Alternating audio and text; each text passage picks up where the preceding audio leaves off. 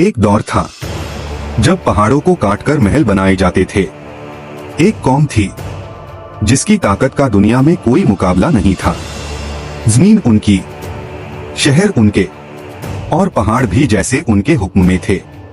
लेकिन एक सच्चाई थी जिसे वह भूल चुके थे, वह थी अल्लाह की कुदरत। और फिर एक ऊंटनी ने पूरी कौम की तकदीर बदल दी। यह है कहानी कौम समूद की और अल्लाह के नबी हजरत सालेह अलैहिस्सलाम की।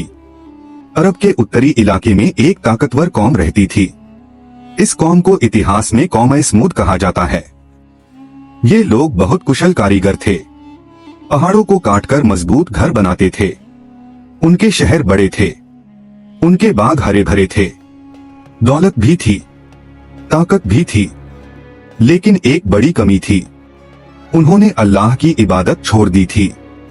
हर तरफ बुत परस्ती फैल चुकी थी।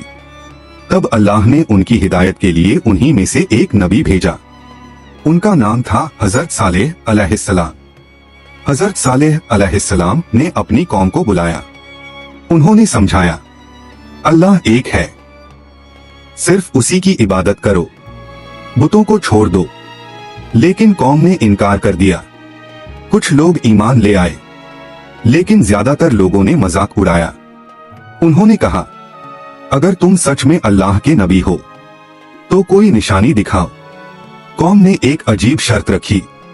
उन्होंने एक बड़े पहाड़ की तरफ इशारा किया और कहा, अगर इस पहाड़ से एक जिंदा ऊंटनी निकल आए तो हम ईमान ले आएंगे। हजरत सालेह अलैहिस्सलाम ने अल्लाह से दुआ की और फिर अल्लाह के हुक्म से वो बड़ा मुजिजा हुआ। पहाड़ फट गया और उसमें से एक बड़ी ऊंटनी निकल आई। यह अल्लाह की निशानी थी, लेकिन फिर भी ज्यादातर लोग ईमान नहीं लाए। अल्लाह ने उस ऊंटनी के बारे में एक हुक्म दिया, यह ऊंटनी अल्लाह की निशानी है, इसे नुकसान मत पहुंचाना। पानी पीने का एक दिन उसका होगा और दूसरा दिन तुम्हारा।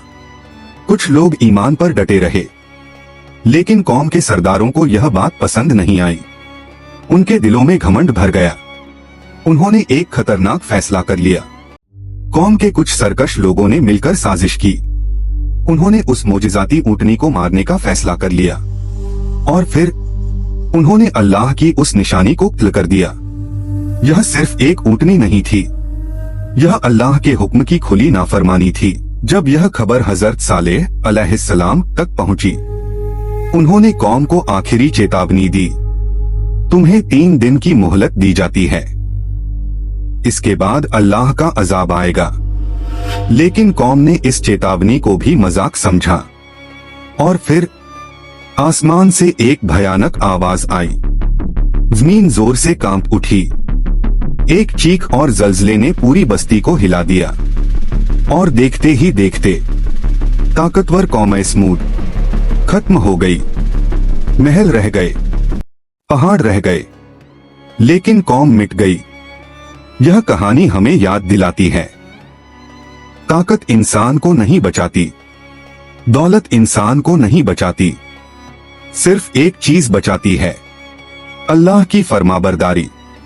कौम समूद की कहानी आज भी हमें चेतावनी देती है, जो लोग अल्लाह की निशानियों को झुठलाते हैं उनका अंजाम हमेशा इबरतनाक होता है।